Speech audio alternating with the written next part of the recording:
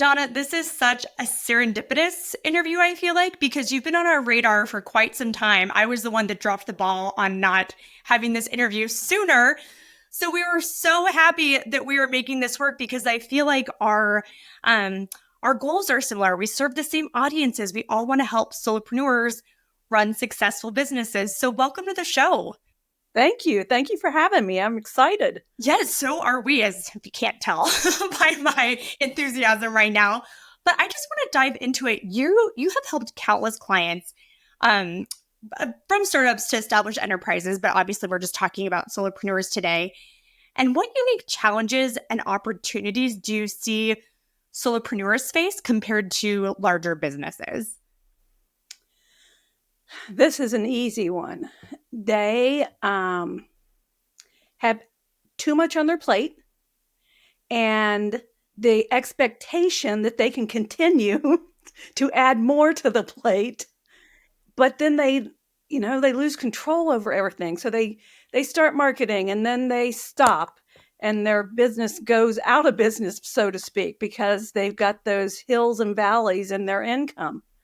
So that's where they are challenged the most. This is one of my favorite topics with solopreneurs. So the idea is I'm going to go generate leads, market, and do all this stuff, and then I get leads, and I got to do the work now. So I stop doing that. I start doing the work, get the work done, get it all built, and they look and go, I got nothing. Right? Exactly. Yeah. And it just happens all the time. I'm glad you see it too. Yeah, not just us. Now we got to fix it. Actually, that's how I was a business coach. And so I would coach clients through their sales and marketing. And then clients, they would start marketing, they would get business, they'd stop, they'd be out of business. And I started saying, why don't you just let me do that for you? And that's how the agency, the full service digital agency started. Well, so let me ask you, you run a digital agency now, but with all the noise that there is online these days, are you still just recommending digital, or are you recommending offline tactics now too for your clients? And where do you see that playing in for solopreneurs? Yeah, so a couple of things for offline would be publishing a book, because that can help them get speaking gigs that are also can be offline or on, but help them get in front of audiences. They could do cold calls, but most people hate that. Me. I have a question because I did this back in the day, going way back, and I think it's back. Direct mail, snail mail. Yet, I'm gonna disagree a little bit, only because of the cost involved. It can be effective if you've got the budget for it. It can certainly be effective today like it was then. In the 80s, I had a marketing agency that's what we did. We sent out direct mail, and then we called behind it to get the... So it wasn't quite a cold call anymore. Right. Yeah. But some people know who their customers are or should be, and it's like, if you can narrow it down, especially with LinkedIn, you can, you're trying to sell something to people that are doing, search engine optimization for, medium-sized companies. You can find those people on LinkedIn and send it only to those people by, via mail. I just wonder, I know Jay Schwedelson has a conference coming up. I forget what it's called, but it's all about direct mail. Is that right? And I'm like, is it back? And do I want it back? Because I hated getting all that junk in my mailbox. Yeah. So, but again, if you have the budget for it, it can be an effective tool. Incorporated with your other online efforts. Well, so let's switch back to the online tactics for solopreneurs that, like you said, the challenges that they face, and they're just kind of at a standstill. What are some low-hanging fruits from a budgetary but also time standpoint that solopreneurs can so they can implement today that won't break the bank or take all of their time? Webinars.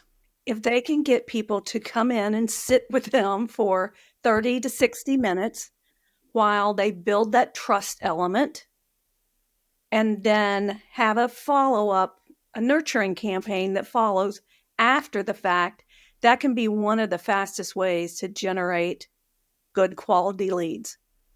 Because people typically won't sit through a webinar that they don't have an interest in the subject matter. Mm-hmm. Yeah. Well, so to piggyback off of webinars, I'm just trying to think of like free low-hanging fruits. We are firm believers that AI should not generate your content for you. But what role do you see AI playing in marketing for solopreneurs, and how can it be helpful? Okay, so we use a white label version of Go High Level, and it's a CRM. And most CRMs today will have some kind of AI built into it. The one thing that it does well now is build out your funnels, your workflows. So I did a workflow yesterday for Facebook leads that come in through a Facebook lead form. And I told AI what I was doing and that I needed, the funnel built. And it told me step by step how that workflow should be built. I still had to do the building, but it literally walked me through the process and I didn't have to think about missing a step along the way. That's the kind of thing people should use AI for. Yeah, definitely getting instructions and how-tos that's a no-brainer. I mean, it's better that than searching the web for 45 minutes to find that one magic website that has it there in the most recent version. Mm-hmm. Well, and Donna, so you said webinars are a good low-hanging fruit, but what are some foundational elements solopreneurs should focus on when it comes to digital marketing that you think everybody should implement? Well, it's pretty obvious. It's social media. They should find a platform that has their audience on it, and then commit to being on that platform every day to build up their audience, to build those connections. So whether it's so for me, I'm on all the platforms. I have been for years, but LinkedIn is where I really focus my attention because coaches, consultants, solopreneurs, they're there. And so I want to share my knowledge, my experience, and be there to be a resource for them and to build my brand. And it's free. Mm-hmm. So how can people connect with their audience? Because we hear so many solopreneurs being like, oh, we're just spinning our wheels. We know we're supposed to be on a platform, but nothing. My audience isn't growing. I'm not seeing anything. What is the best way to reach them? Well, here's another way to use AI. If you ask AI to build a profile of your ideal client and ask it to tell you what their specific challenges are, now you have concrete information that you can then help them to overcome those challenges. But where does the AI get the information about your clients from? There's a couple of AI platforms that does research. So you could use something like that. But even ChatGPT, if you really tell it, I need you to build me a customer profile that includes, let's just say, coaches, and I need to know their average income, what they're struggling with, what are they successful at, build me that profile. It can do it. It's done it. I actually have a sample in the back of my latest book of how you ask ChatGPT to do that for you. Yeah, no, that's really, really interesting. Well, so you figure out that profile, you get on that platform, but here's another big thing that I think a lot of people get hung up on. You're a marketer. I'm a marketer. My next door is a marketer. Like next door neighbor is a marketer. There are gazillions of marketers, gazillions of consultants. There are so many people with your profession. How do you craft that value proposition? How do you differentiate yourself when you're reaching out, knowing that Joe Schmo next door could be doing the same thing? Yeah. We all have our own talents, and we approach things differently. So even though the three of us may all be marketers, if we each interviewed the same prospect, we would probably suggest a different approach. And the prospect would connect better with one of us. Because we're all, it's just relationships. So you have to be good at building the relationships. But part of the hard thing now for people getting started, and I know this because I started a business back in the aughts, and it was not a solopreneur business, but we sold it in 2020.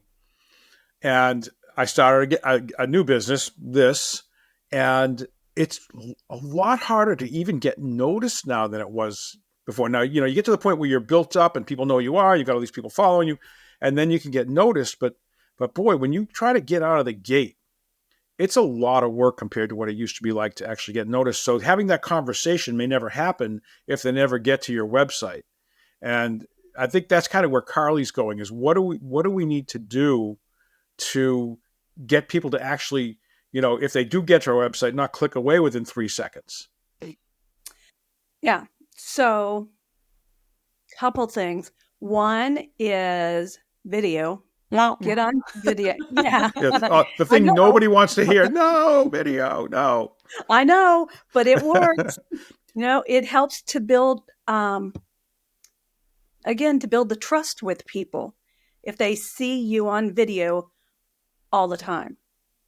And then putting that video on YouTube and optimizing it for search so that if somebody is searching in Google for whatever it is that you do, they actually will find your channel, click to your website, and when they're on the website, if you have done a poor job of messaging, meaning that you talk only about yourself, the website needs to talk about them and their challenges. Absolutely.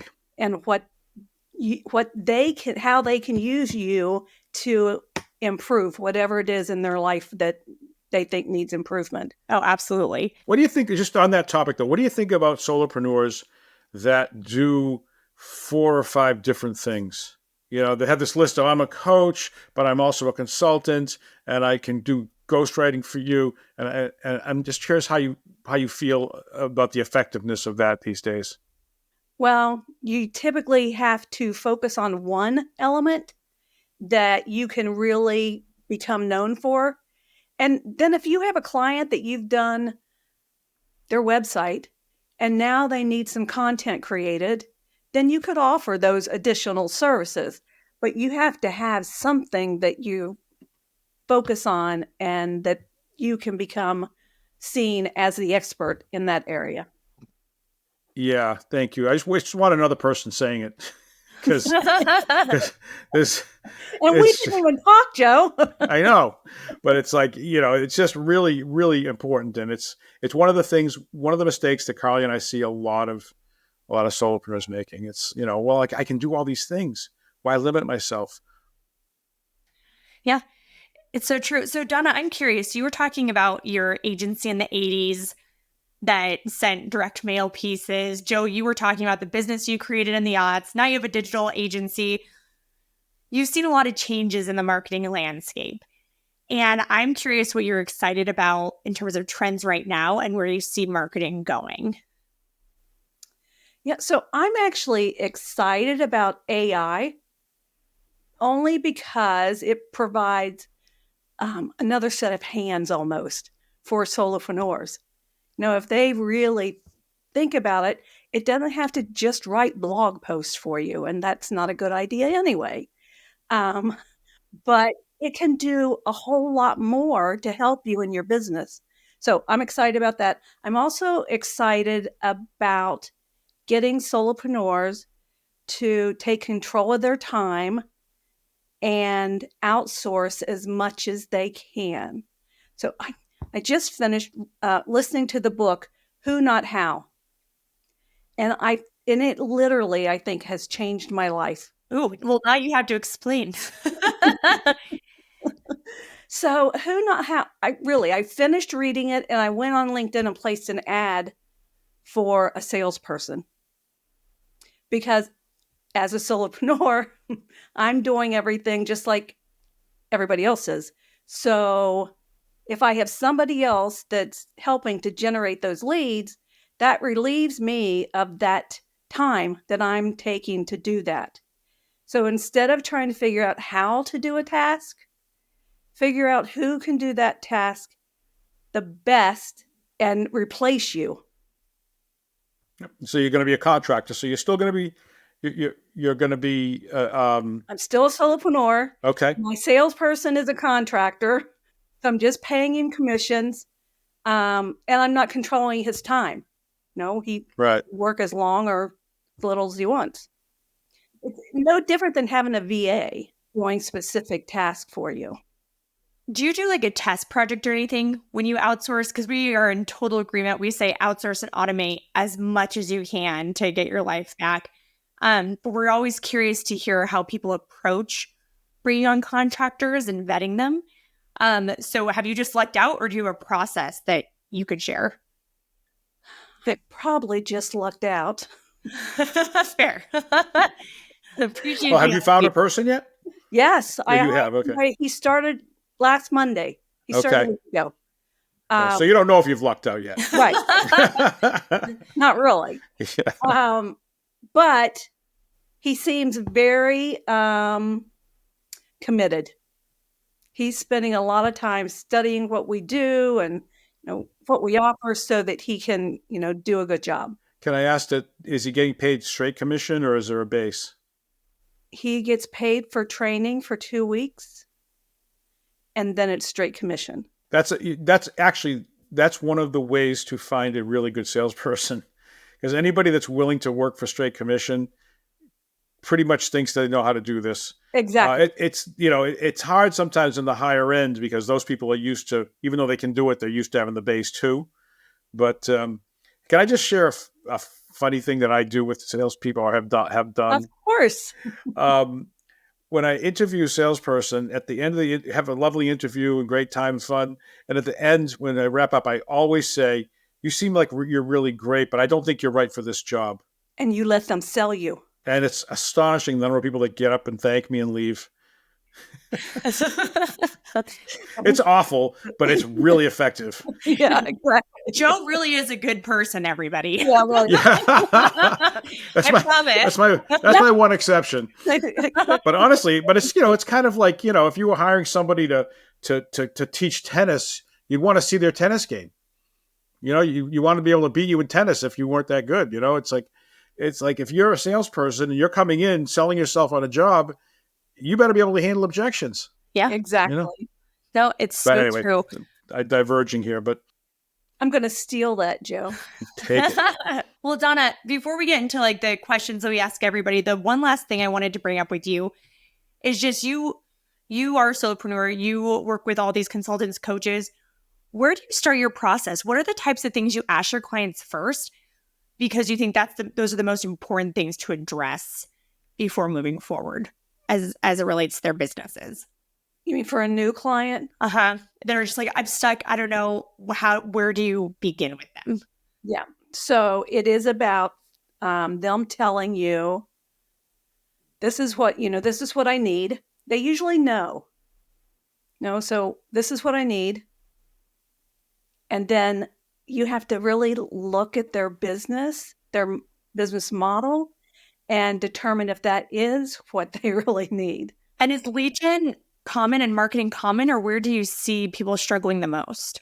Lead generation and sales. Everybody hates to be seen as a salesperson.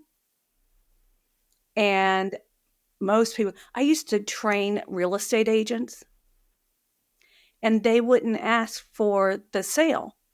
Now, if you take somebody into a home and they're telling you, I could put my sofa there, and I've got this beautiful lamp that would look great there, and then you take them out of the house and you don't ask them if they would like to buy it, you're never going to make any money. And I think you're supposed to say, this is going to go today. You got to get under contract. Yeah, you're supposed to. But many salespeople would not ask for the sale. And that's what happens to most solopreneurs. They're afraid to. They don't want people to see them in a bad light. But what I try to emphasize to them is that they have something of value to give to the world, and it's almost wrong to decline to give somebody their expertise. Yep. And it's funny because I feel like a lot of times people think what they do is so obvious to others that like they wouldn't need help from whatever your client provides. And it's like, I went to, when I'm around marketers, I don't feel like the smartest person in the room. But if I'm around a group of solopreneurs that have never done marketing, I'm a genius. You know what I mean? And I think people forget that when you step out of your industry, people really do need your services. You just have to be confident that they do. Joe, you look like you were going to say something. Well, I was thinking when you say I'm around marketers, I think you're talking about like marketers like Jay Schwedelson and Marcus Sheridan, and Sure. Okay, fine, you're not the smartest person in the room, Right. but I don't think you should be underselling yourself too No, much. I'm no dummy. Oh, but I am now. You are a dummy. Donna, We are dummies. We're writing a For Dummies book, the Dummies brand. Yes. We're currently writing one. So now I'm like, I am a dummy. Nice. But not in the literal sense of the word.